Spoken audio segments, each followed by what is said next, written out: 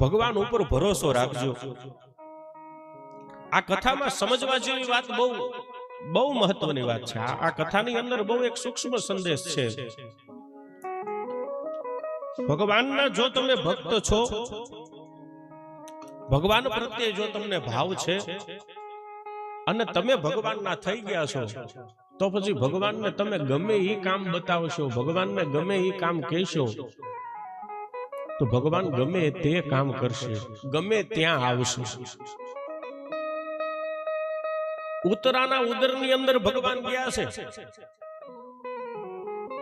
હવે આપણા પેટમાં શું ભર્યું હોય? આ તો બહારથી છે એટલે આપણું રૂપાળું લાગે ને પેટ, બહારથી દેખાય એટલે આપણું શરીર રૂપાળું લાગે છે।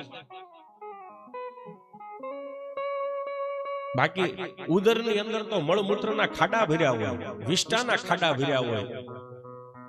પણ મારો કહેવાનો અર્થ, ઉત્તરા શનિ ભગવાનની ભક્ત હતી, એને ભીડ ભીડીને અને ભગવાનને કીધું ને કે મારા પેટમાં આવો, ત્યારે ભગવાને એ પણ વિચાર કર્યો નહીં કે મારે આના પેટમાં મળમૂત્રના ખાડા ભર્યા છે, અહીંયા જાવું કે ન જાવું, પણ ભગવાનનો પોકાર કર્યો ને એટલે ભગવાન વિચાર્યા વગર તરત ઉત્તરાના પેટમાં ઉતરી ગયા અને અસ્વસ્થામાં બ્રહ્માસ્ત્રનો નાશ કર્યો।